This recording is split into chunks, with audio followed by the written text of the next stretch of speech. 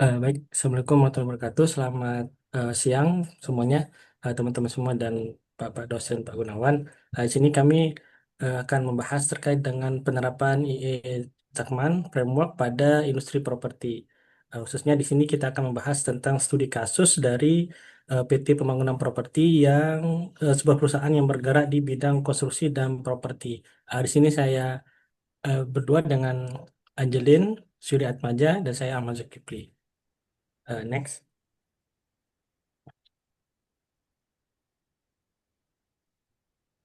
Next, Angelina. Baik, mengapa kita mengambil terkait dengan bisnis properti? Jadi yang pertama terkait dengan high risk dan high gain. Jadi di dunia properti memiliki potensi yang memiliki sebuah keuntungan yang sangat besar, tetapi dengan risiko yang tinggi juga. Nah, jadi kita semua pernah mendengar mungkin proyek-proyek yang mangkrak di tengah jalan ataupun pembangunan yang molor bertahun-tahun bahkan gagal secara finansial. Maka masalah-masalah ini bukan hanya merugikan perusahaan, tapi juga konsumen dan reputasi dari pemerintah itu sendiri. Terus yang kemudian adalah terkait dengan banyaknya komplain atau bisa dianggap dengan kurang kepercayaan dari masyarakat atau konsumen. Jadi konsumen itu sering merasa kecewa karena spesifikasi bangunan yang tidak sesuai dengan janji di awal. Kemudian finishing yang tidak rapi atau proyek selesai jauh dari target yang sudah ditentukan. Maka ini akan mencerminkan sebuah adanya kesenjangan antara rencana dan eksekusi itu sendiri. Kemudian yang ketiga terkait dengan minimnya teknologi. Jadi di era digital saat ini banyak sekali perusahaan properti masih bekerja secara konvensional. Padahal sudah ada teknologi seperti misalkan IoT untuk membantu progres pemantauan dari konstruksi, kemudian ada AI untuk perencanaan logistik dan cloud analytic untuk pelaporan yang cepat atau secara real time. Sehingga dengan tiga alasan ini, kami bisa menyimpulkan bahwa industri properti butuh struktur, strategi, dan sistem informasi yang mampu menjawab tantangan dari hulu hingga ke hilirnya. Dan disinilah maka peran AI itu menjadi krusial. Next. Baik, sini kita akan membahas terkait dengan eh, studi kasus dari PT Pembangunan Properti. Jadi untuk PT Properti itu sendiri adalah perusahaan kontraktor proyek pemerintah dan properti umum. Kemudian sini ada beberapa permasalahan utama yang dapat kita di studi kasus. Yang pertama terkait dengan selisih stok, material dan audit. Di sini adalah salah satu masalah besar yang dihadapi oleh PT Pembangunan Properti, yaitu ketidaksesuaian antara stok material di lapangan dan hasil audit. Hal ini bisa disebabkan karena pelaporan masih manual, kemudian keterlambatan antara input data, atau bahkan adanya potensi kecurangan. Sehingga akibatnya proyek bisa terganggu karena kekurangan material atau pembengkakan biaya karena adanya pembelian dari material yang ganda. Kemudian yang kedua terkait dengan laporan audit yang masih manual dan lambat. Saat ini proses audit dilakukan secara manual yang membutuhkan waktu lama dan pastinya berisiko tinggi terhadap human error. Maka di era digital ini kondisi ini sudah tidak relevan lagi. Maka laporan yang lambat juga akan menghambat pengambilan keputusan yang strategis. Kemudian ketiga terkait dengan komunikasi yang buruk dengan masyarakat di sekitar proyek. Komunikasi yang tidak efektif antara perusahaan dan masyarakat sekitar, khususnya di lokasi proyek, maka akan menyebabkan sebuah adanya konflik atau bahkan penghentian dari proyek itu sendiri. Ini tidak hanya PR semata ya, tapi butuhnya sistem untuk komunikasi internal dan eksternal yang belum terintegrasi. Nah, maka melalui studi kasus ini, eh, kita bisa melihat dengan jelas bahwa PPT membutuhkan transformasi yang menyeluruh. Tidak hanya dalam teknologi, tapi juga rekonstruksi proses dan informasi itu sendiri. Disinilah kami menggunakan terkait dengan framework seperti Zasman sangat relevan sebagai alat bantu untuk menjelaskan strategi bisnis dengan solusi teknologi yang terintegrasi. Next, mungkin akan dilanjutkan oleh Angelin. Oh, tadi udah di slide 3 ya berarti ya. Oke.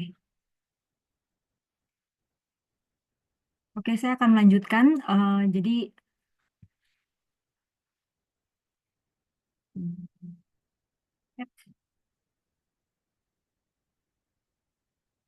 oke. Jadi untuk mengatasi berbagai tantangan operasional, mulai dari ketidaksesuaian stok gitu ya, kemudian juga keterlambatan pelaporan hingga gangguan dari masyarakat sekitar, manajemen PT PPT ini mengambil langkah strategis ya dengan membentuk suatu unit baru yang disebut DTO atau Digital Transformation Office. DTO ini bertugas untuk mempercepat transformasi digital perusahaan. Dan juga DTO sudah mulai menginisiasi beberapa program, ya, yaitu diantaranya adalah memasang sensor untuk memantau mutasi material dan karyawan yang keluar masuk area proyek. Jadi sensor ini akan mencatat pergerakan bahan bangunan, alat berat, dan juga moda transportasi proyek ya. Semua data itu akan dikirim ke server yang cloud-based dan juga dianalisa secara real time oleh tim DTO dan juga centralized tim analisis. Nah, contohnya jika material tertentu sudah melewati batas pemakaian harian, sistem akan langsung mengirim signal ke pusat untuk dicek oleh tim audit dan logistik tanpa harus menunggu laporan manual. Nah, kemudian inisiatif lainnya adalah tim audit internal dan juga inspeksi proyek ini sudah mulai dilengkapi dengan tablet atau aplikasi mobile yang terhubung langsung ke sistem pusat. Jadi mereka dapat memasukkan hasil pemeriksaan di lapangan secara langsung tanpa perlu menulis di kertas atau menginput ulang. Manfaatnya adalah laporan lapangan bisa langsung diterima oleh direksi ya dalam hitungan menit gitu ya, bukan on weekly basis seperti sebelumnya.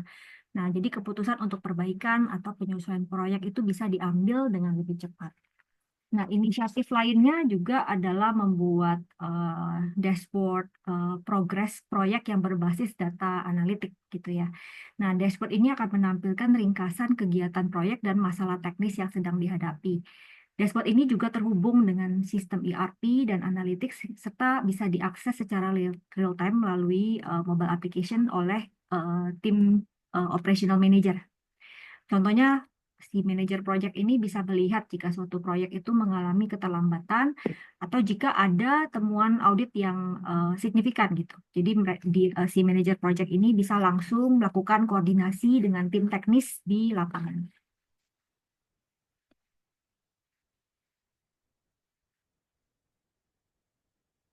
Nah, kemudian, oh sorry, masih ada lagi. Jadi, ini juga ya, satu hal lagi yang dilakukan oleh tim DTO adalah membentuk tim data analis untuk mendukung keputusan strategis ya. Jadi, ada tim khusus untuk melakukan analisa data dan juga bertugas memantau hasil inspeksi proyek. Jadi, data hasil analisanya itu akan dirangkum dalam bentuk laporan real time yang bisa dikirimkan ke direksi ya untuk decision making mereka. Jadi tujuannya adalah ya informasinya menjadi lebih lengkap dan cepat dan direksi bisa langsung memutuskan gitu. Misalnya jika suatu proyek itu butuh pergantian vendor atau revisi timeline. Nah, kemudian kita akan mengeksplor lebih jauh ya mengenai Zachman Framework sendiri. Jadi dalam menghadapi kompleksitas proyek konstruksi dan juga transformasi digital yang sedang dijalani, PT Pembangunan Properti ini membutuhkan pendekatan yang tidak hanya teknis, tapi juga komprehensif dan terstruktur, dan juga bisa menjembatani cross-function communication. Nah, salah satu pendekatan yang sebetulnya paling foundational, yang paling basic, dan banyak digunakan dalam dunia enterprise arsitektur adalah AISA-Zachman Framework. Nah, AISA-Zachman ini adalah sebuah kerangka kerja ya, yang membantu organisasi memetakan seluruh aspek arsitektur perusahaan, dari strategi bisnis hingga sistem yang digunakan sehari-hari. Jadi, framework ini ada dua dimensi utama gitu ya. Kita nanti kalau ada bentuk visualnya itu bentuknya kayak kotak gitu, 6 kali 6. Nah, 6 kolomnya itu adalah mengcapture pertanyaan seperti what, how, where, who, when, and why. Jadi apa data yang digunakan, bagaimana proses atau fungsi dijalankan, di mana proses terjadi, siapa yang terlibat pelakunya, dan kapan proses dijalankan, dan mengapa proses dilakukan. Ya. Sedangkan untuk barisnya, 6 baris ke bawah itu adalah merepresentasikan scope scope atau planner di level strategis, kemudian bisnis model atau owner, kemudian sistem model, teknologi, teknologi desain, implementation, dan akhirnya sistem yang berfungsi atau ini merepresentasikan user. Kekuatan dan keunggulan Jackman ya, jadi itu bisa menyatukan perspektif dari seluruh stakeholder ya. Jadi ini bukan hanya untuk IT, tapi lebih untuk mengunified ya perspektif dari direksi, pemilik proses, arsitek sistem, tim teknis hingga end user. Sehingga semua bisa melihat sistem dari sudut pandang masing-masing, tapi tetap dalam satu struktur yang sama. Kemudian juga bisa membantu mengelola kompleksitas ya, memetakan relasi antar elemen, misalnya bagaimana data audit itu flowing gitu ya, kemudian siapa yang menginput, terus kapan itu diproses, bagaimana informasi tersebut tuh bisa digunakan untuk mengambil keputusan. Kemudian juga keunggulannya fleksibel ya, bisa dipakai untuk berbagai macam industri dengan skill yang berbeda-beda. Jadi sebetulnya dulu awalnya Zekman ini dirancang untuk sistem informasi.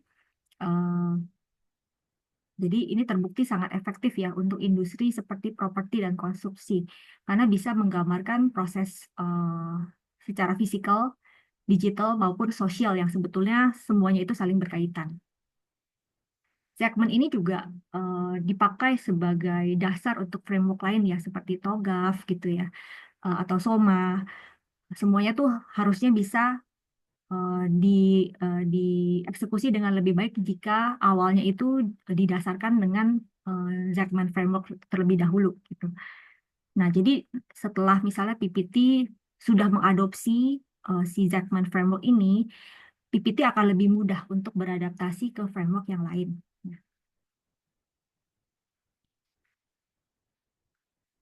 Nah, setelah memahami apa itu Zachman Framework, pertanyaan selanjutnya adalah mengapa ini cocok ya untuk PPT?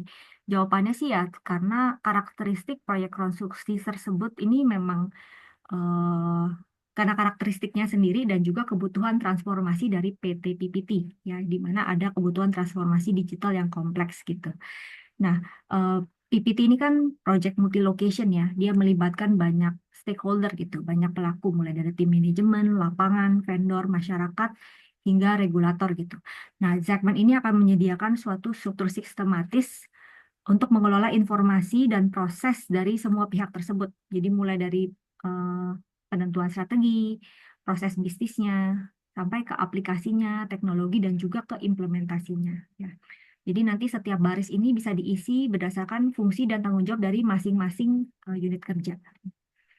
Nah, kemudian tantangan dari PPT juga kan memastikan visi strategis perusahaan benar-benar diterjemahkan dalam sistem operasional gitu. Jadi contohnya strategi untuk memantau proyek real time tidak akan efektif jika sistem dashboard dan sensor tidak terintegrasi. Nah, Zekman ini akan membantu menjembatani strategi bisnis dengan desain sistem dan teknologi melalui grid yang saling terkait. Ya, nanti bisa dilihat di petanya. Nah, kemudian balik lagi sih ke tujuan dari transformasi si PT PPT ini. Ini kan tidak hanya tentang digitalisasi sistem, tapi juga tentang relationship antara data, tool, manusia, dan juga proses. Ya. Nah, jadi Zakman itu bisa memfasilitasi semuanya itu dengan pemetaan yang baik. Dan Zakman ini memang seperti tadi sudah dimention juga bahwa ini adalah peta koordinat gitu ya. Jadi sifatnya foundational. Jadi ini bukan tentang rencana pembangunannya sendiri, tapi lebih ke memetakan dulu secara awal untuk mengerti gitu ya keadaan di lapangan itu sebetulnya seperti apa. Jadi framework ini bisa menjawab ya kita PT PPT ini punya apa saja, siapa yang melakukan, di mana proses terjadi, kapan dijalankan, dan kenapa semuanya itu dilakukan. Sehingga tahap perencanaan, tahap planning, dan nanti implementasinya bisa dilakukan secara lebih terstruktur. Ya. Setelah Zekman ini dilakukan, PT PPT bisa mengembangkan ke framework seperti TOGAF untuk metodologinya gitu ya. Kemudian COBIT gitu misalnya untuk tata kelola atau ke SOMA gitu untuk proses integrasinya. Jadi dengan kata lain sih menurut kami Zakman adalah pilihan yang tepat ya untuk membantu PPT mengatur langkah strategis menuju digitalisasi secara total tanpa menghilangkan relationship dan hubungan eh, dari visi dan juga proses bisnisnya. Sekian pemaparan kami untuk sesi pertama mengenai transformasi digital di industri properti. Eh, Kami telah membahas ya bagaimana sektor properti memiliki tantangan unik, bagaimana Digital Transformation Officer PPT ini mulai melakukan digital transformation dan mengapa Zegman menjadi kerangka yang paling tepat. Di sesi minggu depan kita akan masuk lebih dalam ya, kita akan mengisi table Zegman baris per baris dari scope sehingga sampai ke implementasinya supaya bisa memberikan contoh yang lebih real. Terima kasih atas waktunya Pak Gunawan dan teman-teman sekalian.